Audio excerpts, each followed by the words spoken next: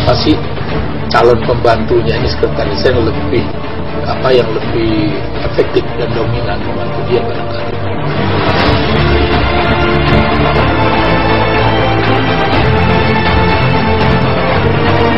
Semakin ada titip bawa lewat orang partai, kami tidak mau bahas, masuk lagi aja.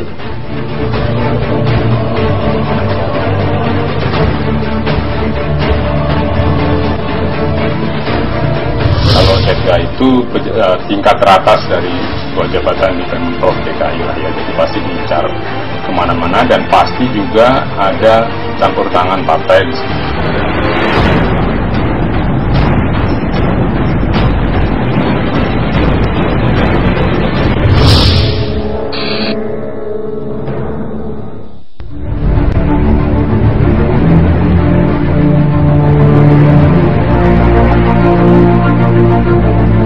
Setelah hampir 1 tahun berada di kursi gubernur dan wakil gubernur DKI Jakarta, kendala yang dihadapi pasangan Jokowi Ahok kini justru datang dari jajaran birokrasi. Muncul friksi antara gubernur dan wakil gubernur dengan sebagian birokrat terkait penentuan jabatan sekretaris daerah. Maklum, posisi Sekda DKI Jakarta menghadapi pemilu 2014 menjadi begitu strategis, terutama jika terjadi perubahan kepemimpinan di ibu kota. Beberapa waktu terakhir, boleh jadi Wagub Basuki Cahayapurnama alias Ahok begitu geram terhadap Kepala Badan Kepegawaian Daerah DKI Jakarta, Imade Karmayoga. Gara-garanya, Ahok curiga bahwa salah satu kepala dinasnya ini memiliki kepentingan politik tertentu. Ini terjadi setelah Wagub Ahok mencium aroma ketidakberesan dalam penjaringan calon Sekda Provinsi DKI Jakarta. Kemarin itu kita merasa, alasan sih kadang uang. Kenapa yang dites yang pangkat 4B, 4C begitu banyak? Kenapa yang dites hanya sekelompok orang gitu loh? Kenapa yang lain tidak disuruh tes semua? Nah, ada yang merasa dijegal karena dia menurut dia sudah hitung 3 kali eselon 2. Nah, tapi kata BKD hanya sekali. Ya dia protes kan, nah protes ya kita suruh dia tes lagi. Kita tidak tahu data. Di sini juga aneh, saya nggak bisa buka data BKD di komputer saya, tidak ada online-nya. Mesti berdasarkan web, padahal dia zaman dulu kerja saja sudah bisa pakai LAN kan. Nah memang masih aneh-aneh biasa lah. Namun Kepala Badan Kepegawaian Daerah atau BKD Provinsi DKI Jakarta, Imade Karmayoga, membantah tudingan bahwa dia bermain api dalam penjaringan calon sekretaris daerah. Tidak ada membedakan yang satu sama lainnya. Ini anak emas, ini anak perak, ini anak perunggu. Sangat bijak. Sebenarnya siapapun punya hak yang sama untuk dites. Namun tentu pimpinan punya koridor-koridor sendiri, kalau tidak semuanya, karena pimpinan punya willingness untuk mengetahui dan menilai bawahannya siapa kira-kira yang punya potensi untuk diikut sertakan dalam tes seleksi kandidat eselon 1 itu.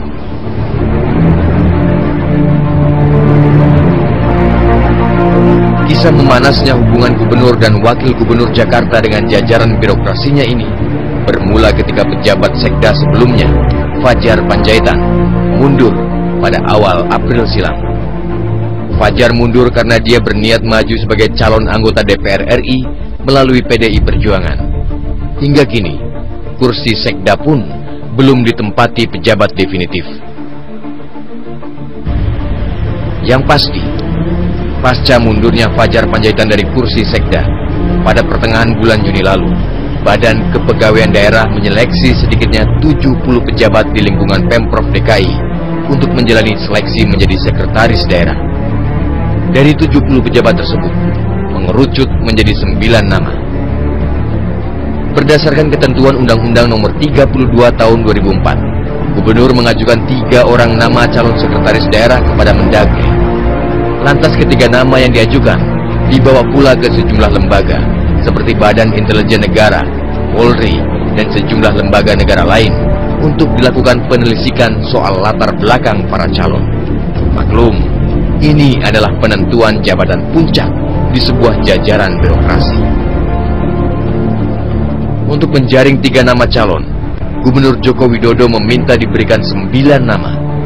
9 nama yang terpilih dari 70 pejabat eselon 2 di lingkungan Pemprov DKI Jakarta adalah Pelaksana Tugas Sekda Wiryatmoko, Deputi Gubernur Jakarta Bidang Budaya dan Pariwisata Silviana Murni, serta Asisten Perekonomian Hasan Basri. Terdapat pula Kepala Inspektorat DKI Franky Mangatas Panjaitan, Kepala BPMP DKI Catur Laswanto, Kepala BPLHD DKI Muhammad Tauhid Cakra Amijaya, Kepala Dinas Pendidikan Taufik Yudi Mulyanto, Wali Kota Jakarta Utara Bambang Sugiono, serta Wali Kota Jakarta Pusat Saifullah.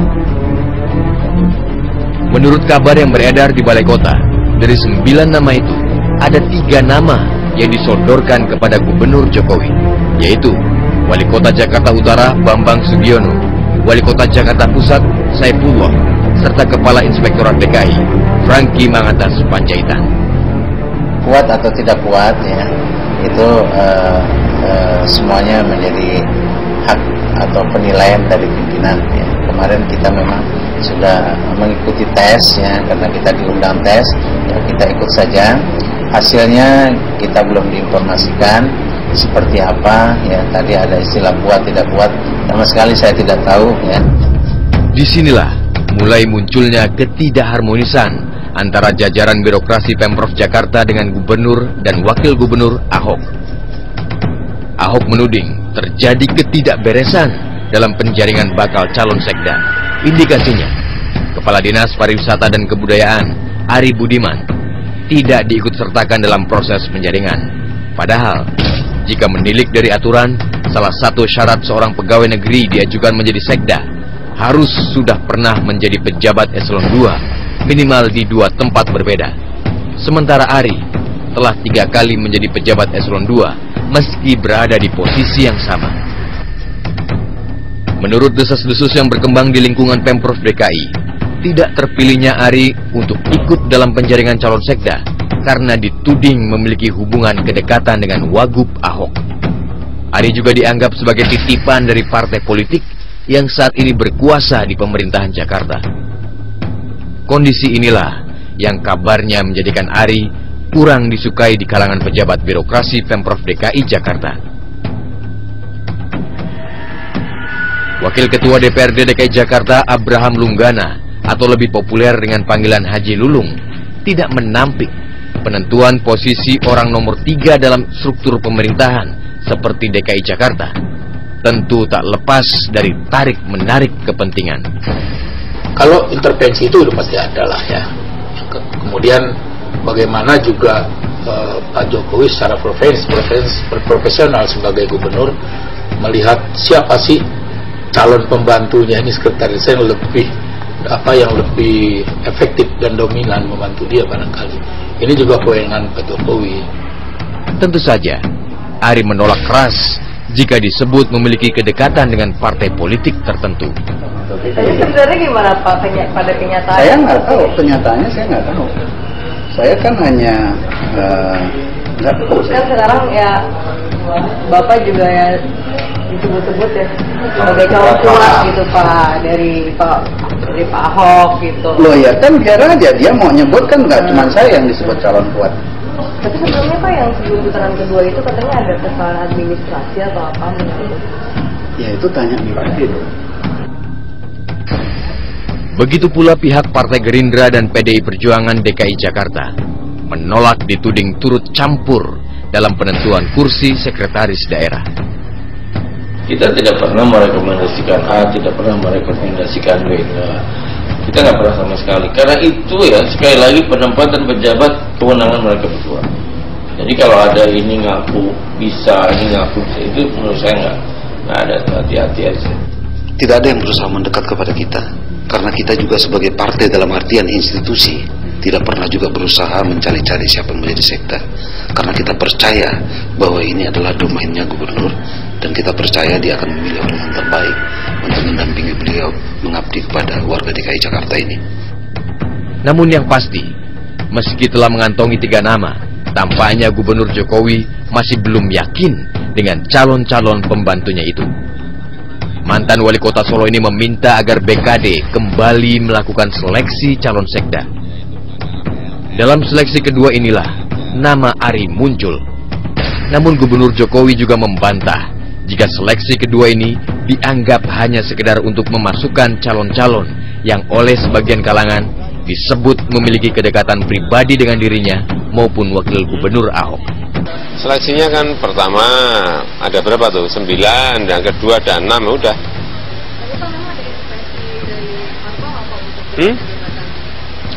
Ada mana ada? Siapa yang diintervensi? Coba jelaskan. Dinas apa? Pak Sekda apa enggak ada? Tidak ada.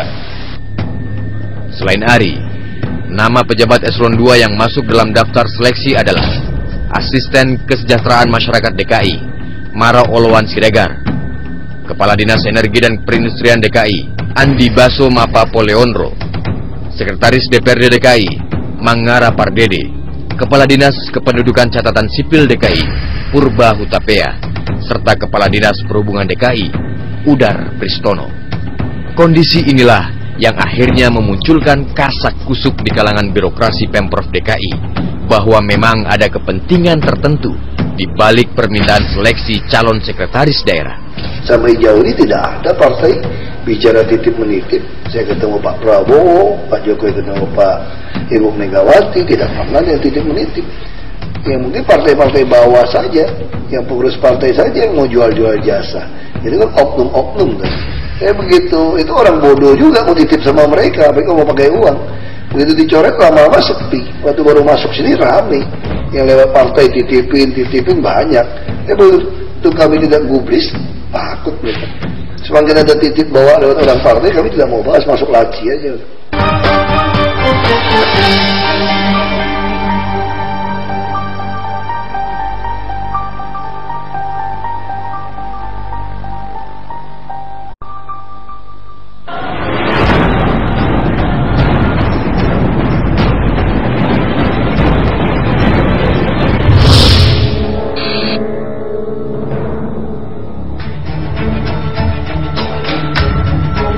Penentuan sekretaris daerah memang menjadi hak sepenuhnya kepala daerah.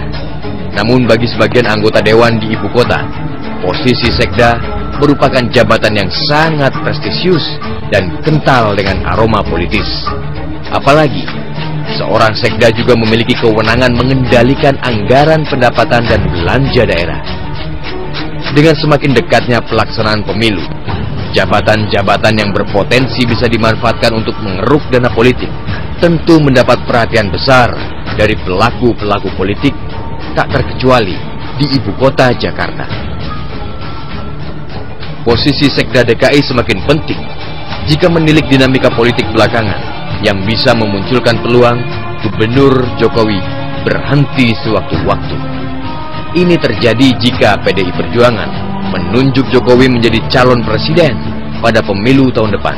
Artinya, sekretaris daerah memiliki peluang untuk menempati kursi DKI 2 setelah ditinggalkan Ahok seandainya menjadi pengganti Jokowi.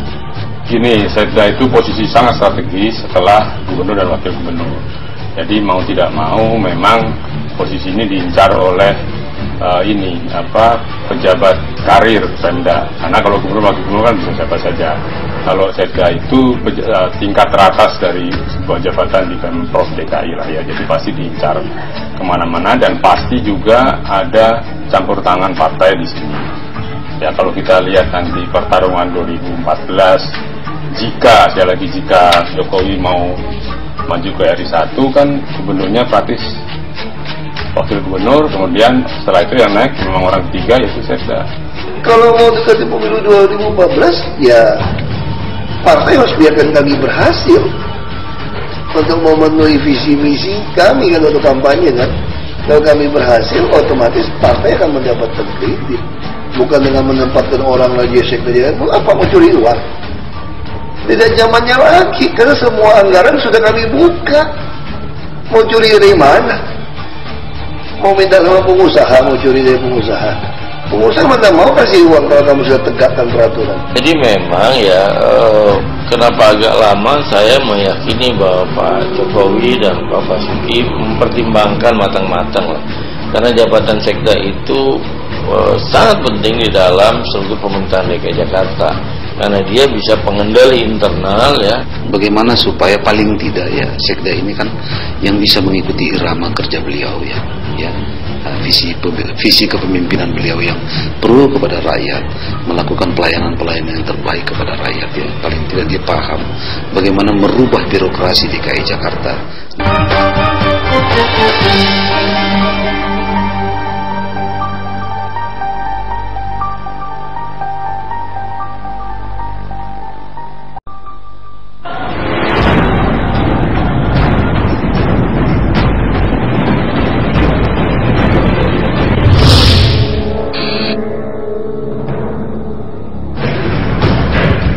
Menempati posisi puncak dalam sebuah karir, termasuk birokrasi, tentu menjadi dambaan siapapun.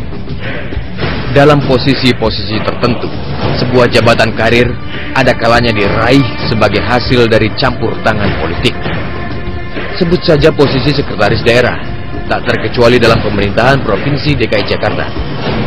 Seorang kepala daerah tentu pula lebih menginginkan bekerja dengan sebuah tim yang memiliki kesamaan pandangan, serta mampu mengimbangi keinginan dan irama sang penguasa. Hanya saja, birokrasi sesungguhnya bukan bekerja untuk melayani penguasa. Birokrasi adalah salah satu bagian dari fungsi sebuah pemerintahan dalam memberikan pelayanan kepada publik. Dengan demikian, birokrasi harus membantu publik yang memerlukan berbagai pelayanan pemerintahan, mulai dari urusan KTP, izin usaha maupun izin mendirikan bangunan. Dalam konteks seperti itulah, masyarakat memilih pemimpinnya. Masyarakat berharap sang pemimpin bisa membenahi birokrasi, termasuk memilih sekda yang bersedia mengabdi bagi kepentingan rakyat. Reformasi birokrasi yang pertama dulu sudah menjadi bagus, yaitu ada lelang camat dan lurah. Kalau memang komunitas di wilayah lingkungan itu juga barangkali mayoritas yang beragama Islam, ini juga perlu memberikan perhatian dan penghargaan barangkali kepada masyarakat supaya tidak ada interaksi. Artinya coba di Lenteng Agung ini kan menjadi perhatian, bukan perhatian secara nasional, barangkali ini bisa menjadi perhatian internasional. Oleh karenanya kebijakan ini juga perlu menjadi perhatian pemerintah daerah tentang penempatan barangkali. Di mana-mana pada posisi politis itu selalu ada. Nah sekarang saran saya, kalau itu silakan saja dipakai, tapi Pak Jokowi harus, karena itu fit and proper, hasil tesnya, hasil papernya, hasil presentasinya, mana yang terbaik. Pilih itu dari 15, pilihkan 3 atau 5 yang terbaik, lalu dicari, dia bermainlah politis. Mana yang kalau saya ini pilih yang terbaik A, tapi dia nggak ada dukungan, Pak, repot saya nanti, gitu kan. B dukungannya si A, nomor 1 si A, nomor 2 si B, si C, dan seterusnya. Dari konstelasi partai, koalisi, yang mana itu harus ditentukan. Itu judgement dari gubernur. Jadi yang penting saya sarankan, ambil yang 5 terbaik dari nilai akademis, nilai tesnya, dan sebagainya. Kemudian baru dilihat itunya. Karena mau tidak mau, suka tidak suka, itu berpengaruh di sisi pemerintahan. Siapa di belakang siapa.